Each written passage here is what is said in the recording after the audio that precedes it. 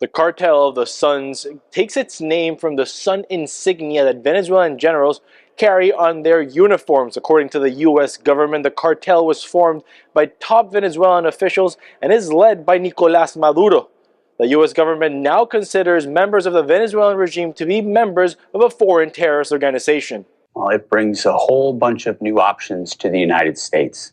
And he is indicted and wanted for he's not a legitimately elected leader of Venezuela. Everybody knows that. To give options to the president to ultimately say our hemisphere will not be controlled by narco-terrorists. It will not be controlled by cartels. It will not be controlled by what illegitimate regimes try to push toward the American people. The designation comes as the U.S. has the largest military buildup in the region since the Cuban Missile Crisis in the 60s.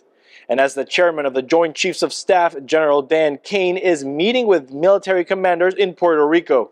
The Venezuelan regime has mobilized its military and militias in response to the U.S. military buildup and has become increasingly paranoid and accusing the U.S. of sabotaging oil infrastructure in the country. ¿Qué pasa porque cada quien defienda? Because each person must defend their space, the oil and gas facilities, defend them from the CIA. The CIA, who have slipped them a bill and said, go over there and damage the Venezuelan economy. That's the CIA's plan. Congressional Republicans have backed the president's orders to strike narco-terrorists in the region. Over 80,000 Americans died last year due to illegal drugs.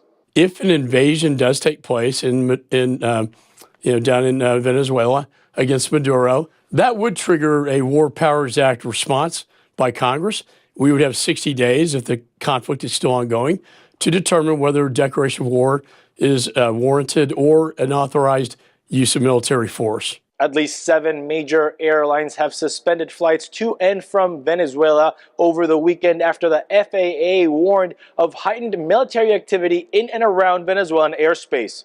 Reporting from Washington, D.C., Luis Martinez, NTD News.